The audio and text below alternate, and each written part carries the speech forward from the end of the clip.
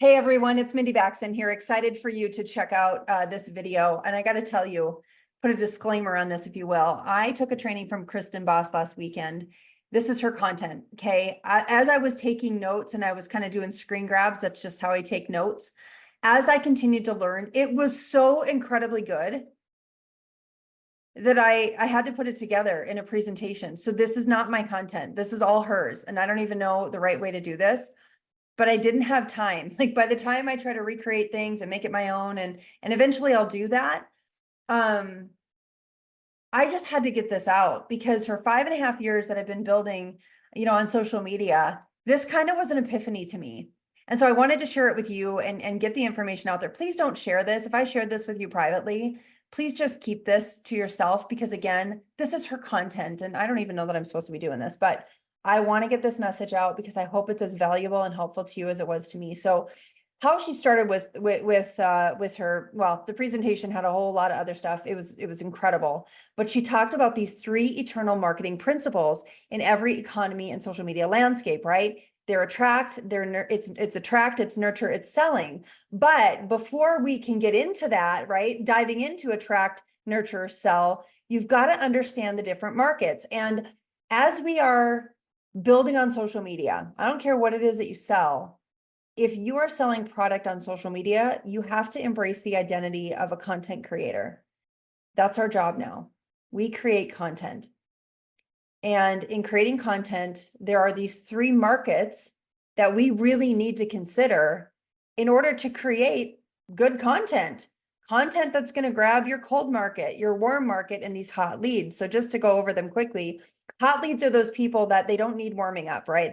They're already warm. They already love you. They know you, like you, trust you. And then you put an offer out and they're ready to buy. Okay. Your warm market obviously is, they need nurturing, right? A little warming up, like, a little more exposure to value. They, as she says, they might like you, but might not have an interest in your offer yet. And then you've got the cold market. And for those of you that have said to me, like, Mindy, I run out of leads. Like, I don't know who to market to anymore. You have 4.5 billion people on social media. Okay. And God's making new people every day. The cold market is out there. They need a lot of warm up. They don't trust you. They don't even know if they like you, and they don't even care about your offer yet. Let me make sure that you heard the last part. They don't care about your offer. They don't care that everything's on sale on your website. They don't care. They don't even know you, right? I love how she gave this example. And again, I made the example. Like, I was like, oh my gosh, it's me in my blazer. Anyway, Megan, right? Megan, this is a hot lead. Their kids play soccer together or lacrosse. They text, they talk. She's even asked about product. Like Megan, it's like, Megan, we've got, the sale on whatever. The likeliness that Megan's going to buy, pretty likely. Then there's me in my blazer. I'm in the PTO. We don't talk much. We're friends. And I kind of interact with content, but not really. You know what I mean? We don't really have much of a relationship. This is a warm lead. I need some warming up. I need some, you know what I mean? Attraction, curiosity, value, all that kind of stuff. We market towards somebody in your warm market. And Sarah doesn't even know us at all. She just followed her on Instagram, right? Know nothing about her, has no idea really who she is. So all of that considered, here's how it looks when you're turning, and this is, we're kind of going a little backwards here, but here's what it looks like to take a hot lead and turn them into a customer. Okay. Here's your calls to action. You invite them to a party. Maybe they answer a poll in your stories. Maybe in your stories, you've offered a link to product or a link to, to a webinar or something like that. You've sent them information, right? There's a personal invite. These are, as you're creating your content, these are the calls to action that will take a hot lead to a customer or take a potential, business builder to building business with you. These are the calls to action that you need to consider that will move that person from hot to customer, from a potential to a business builder. Okay. Then she backed it up to warm market. Okay. They know you, they like you, they follow and engage with your content. So to take a warm market person to a hot lead, These are the calls to action. You do challenges, right? Fun challenges. You invite them to your Facebook community. Maybe you've sent them samples. You've included them or invited them to a live event. You're creating some educational content around your product, your services, and so forth. And they get invested. They're like, gosh, that was really good. Like, she spoke right to me. That's when then they turn to become a hot lead. And then that's where you start strategically call to act is placing strategic calls to action that's going to take them then from hot to a customer or a business builder. So good, right? So again, going back to Sarah, cold market, they don't know you. They don't even know if they like you. There's no relationship. There's no trust, right? We want to take her from cold to warm. How do we do that? Well, many of us, and formerly me, used to post and try to sell, right? Like, we're posting flyers of our stuff on Facebook, or, you're kind of spamming them, right? Maybe you're in their inbox and you're like, hey, have you ever, bought Tupperware before, or whatever it is, right? Do you use collagen? Do you have skin? Do you want skincare? She's like, I don't even know you. Why are you in my inbox, right? Well, to get cold market to warm market, it's all about your content creation and creating value for them. And this, hear me clearly on this. Thinking about them when you go to start posting something. What do they need? That again, making a content that they enjoy. What is something that can bring them into my world that's maybe funny or enjoyable, or that really speaks to them? What do they need to hear that's educational or entertaining or specific helpful tips, right? Or that makes them just, it makes you relatable to them, is what happens. Then they start to know you a little bit more, and they start to kind of come in then to that warm market. Super good, right? We're going to get into attract and nurture and sell in a minute, but I love the way Kristen laid this out. So much so that here it all is for you, and hopefully I don't get in trouble sharing it with you. So again, thinking about Megan, as you start creating your content, what's going to take those people that are hot to sell them, to close that business? What's going to take someone like Mindy, right? That's going to take her from warm, those posts and those calls to action to get her into the hot, and what's going to captivate Sarah and attract her more into becoming then more of our warm market. I love that she shared this with me, and appreciate the fact that it takes 90 days on average to bring somebody from a cold market to a warm market. And what's important about that, my friend, is consistency. This is where the consistency makes or breaks you. Those cold market people that maybe you've drawn in some of them, right? And then you don't post for a couple weeks about anything really relevant. They're kind of tuning out. So this is where it's really important to be consistent with your posting, because it takes 90 days on average to get them from cold to warm. So now we're going to jump into, now that we've been mindful of the calls to action, and that we really, if we want to continue to really grow our businesses, taking them from cold market, bringing them through that process to warm, to hot, to sold, is we need to understand that in order to then think about attraction, nurturing, selling, and fulfilling. So yeah, now we can nurture, sell. Okay, so attract, right? Connection. How you find them, how they notice you. It is all about connecting these people to you. The nurturing piece of this, it's about the conversations. That's where you build the know, like, and trust. And then of course the selling, that's the conversion, inviting them to purchase. So the attraction part of it is creating content to bring in the fresh eyes, to boost the engagement and visibility, right? You think about what would attract someone to you.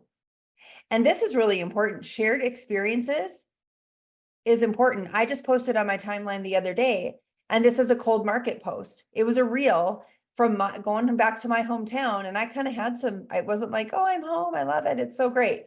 There was some vulnerable stuff that I shared in there. I had some people comment on that reel that I've never talked to before. But what happened was, it was a shared experience going back to my hometown, kind of not feeling so great about it. And it was relatable to other people. Engaging on their posts and stories is super important. I think that's kind of a common sense one. But again, if you want to continue to attract people to you, go give more of what you want to get. Being social in other Facebook groups, not selling, that's again, something that, that's just kind of etiquette, right? Like you can go in, ask a great question, have a good conversation, start some dialogue with some of those people, not expecting to sell them on anything, but just expecting to create relationships with them. Creating a niche, right? Interest focused Facebook group to connect new people with common interests. I've got one that's in the works right now. It's Christian women building business together, because that's my focus, I guess, building with other entrepreneurs that are believers. So that's one too, or I know I see a lot of people really in the health and wellness world, and maybe it's, it's a protein community where you talk all about the protein, or maybe it's, you love doing a different, I don't know, kind of workout, or maybe it's a runners group, right? For those of you that are runners, it can be something like that. Anyways, I'm not going to get into the weeds on all of this, but creating posts too, like anyone else feel this way, right? You're looking for people with common interests or a problem that you solve. So engage, connect, create. Engaging is following, liking, commenting, simply put. Connecting is asking questions, introductions, collaborations. Here's a real quick tip that I want to give you guys too. When I receive a new friend request, I will go out and I will check out that person's profile and make sure that they're a real human being and that I actually want to connect with them. And I'll introduce myself in Messenger and say, hey, thanks so much for the friend request. I'm one of those weirdos that actually likes to get to know her friends on social media. Connections, what it's all about for me. Would love to get to know you. And then I share a little bit about me. So that's just a quick tip for you. And then of course, creating. So we're going to create strategic content that is value driven and educational, all being mindful of the 3 different markets we're serving: the cold leads, the warm leads, the hot ones, right? And getting them through that process.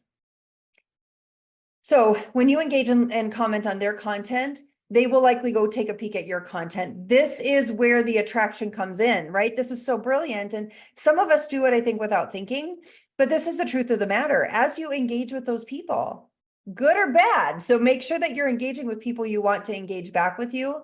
You're starting to attract them to your profile, which again, this is the importance of having a good profile picture, a good about section, right? If you've got a freebie or you've got like a milkshake or a link tree, how can they connect with you more? It's important to have that there. You need to have a good banner. Like, when you take a look at your social media profile, would you do business with you?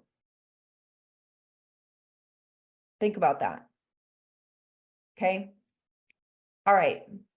So yeah, and this is so good. When they head to your profile platform, they ask themselves this one question: what is in it for me? This is when they decide to follow you, join your group, subscribe. Oh, this is so powerful. Content must speak to the heart of the consumer by addressing their struggles, their desires, their pain. They are not there for the product yet. There's there to solve a problem, and that your product will solve, right? Again, you guys being so super mindful of why they don't buy will also help us create content to, I think the word is like subvert this. Okay. So why they don't buy: one, maybe they're unaware of the problem and therefore don't see a need to change. So then as we're creating content, we can create content that makes them aware of the problem, right? Maybe they're aware of the problem, but they have no idea that there's a solution out there. And for those of you that don't talk about your products or business, they're going to continue to be unaware of the solution because you're not telling them. So they're aware of the problem, but it's not painful enough yet to desire for change. So again, thinking about creating content that speaks to, hey, I don't know if you're like me, but again, I'm just going to use kind of my situation, right? That, as you get into your 40s, your body shifts and changes. And as you're in menopause and so forth, like all of these things happen. And where I hit my breaking point was I was no longer able to fit into my bigger size of jeans. And I knew that I needed to, I knew I needed to get my things under control. So this is what I'm doing. This is what's been helping me. So again, thinking of why they don't buy and kind of counteracting that with some of your content that speaks to these things. So lastly, they're aware of the problem. They don't yet see you as someone who could fix the problem. So that's where I'm seeing too on social media. I'm sure you are as well. People becoming experts and authorities in certain areas, like especially the weight loss world, right? Like they're seeing you as an authority. And as soon as they do, they're coming to you for the one that can fix their problem. How to create content that starts conversations. This is just really simple. Again, and it kind of goes over what I just talked about, speaking to their current problem, right? What's frustrating them? Not fitting into their jeans anymore. That's frustrating for all of us. Speak to their desire. What do they want? Well, gosh, they want to be able to slide right back into those jeans, feel confident in a swimsuit. Again, you can create some really great content around that. Painting the future, what their life could look like with the problem solved, right? More energy, better sleep, so many great things, right? There's a lot of really great pros when they start getting that problem under control. Addressing their concerns and their objections. What would they need to hear in order to feel safe making a purchase? Okay, you know what? Empty bottle, 30-day empty bottle money back guarantee. You literally have no risk. That's something in my company. Again, add yours. Sell the value, not the cost. Why is it worth their dollar? Do not sell the price. Now, this might not be news to some of you, but some of you it is. When I hear they just can't afford it, that tells me that you've been selling on price. And truthfully, so here's how we've got a collagen product. 2 bottles is like $150. I talk about like it costs about 2.5, maybe 3 times to be at the chiropractor, which I was going sometimes 3 times a week, to buy the collagen. So do you know what I'm saying? Like it would cost me 2.5 times or 3 times to go to the chiropractor in a month as to what I pay for the collagen a month. And there was times I was going to the chiropractor 3 times a week. I was spending a lot of money going to chiropractic care. Now I go in for maintenance, maybe every 8 weeks, maybe, you know what I mean? So thinking about that as well. Okay. So selling with your content, again, call to action. You could try a sample today, right? Join to start your journey now. Why now is a good time to start? I mean, obviously you guys can read, you can see all of this as far as it goes, to selling with your content, giving good calls to action, drop info in the comments, DM me start if you feel this is a good fit for you, those kinds of things. That's going to be calls to action to sell, to sell within your content. Okay.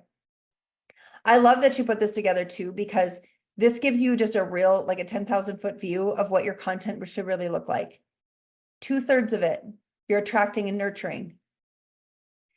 Remember, for those of you that are like, I don't have any more leads, 2/3, we're talking cold market, right? We're talking warm market. Okay. This is the hot market. I hope that this is as like profoundly amazing as it was for me. I was like, oh, okay. Ding, light bulbs.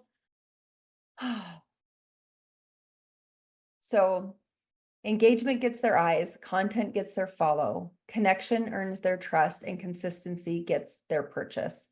You guys, I printed out and put on different, like these little, like whatever these things are called, these little sleeves, some of these slides, because this was so powerful. And again, you'd think 5.5 years of doing this, I should know all this.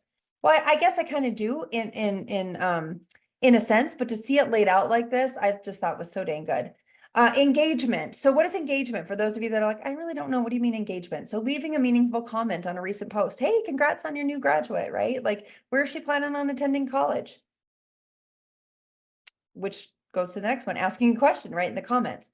Sending a thoughtful DM, even if it's someone that you have relationship equity with. If it's someone you have relationship equity with, and what she means by that is, if you've been engaging and commenting, and here's an example. Let's say somebody puts up a really great post and it really touches your heart, right? You've been liking and commenting, you've been seeing their stuff for a while. It's not weird for you to go into their DMs and say, hey, I just want to drop you a quick note. That post that you put up about whatever, scripture or quote or whatever, like I needed that today. So I just wanted to thank you.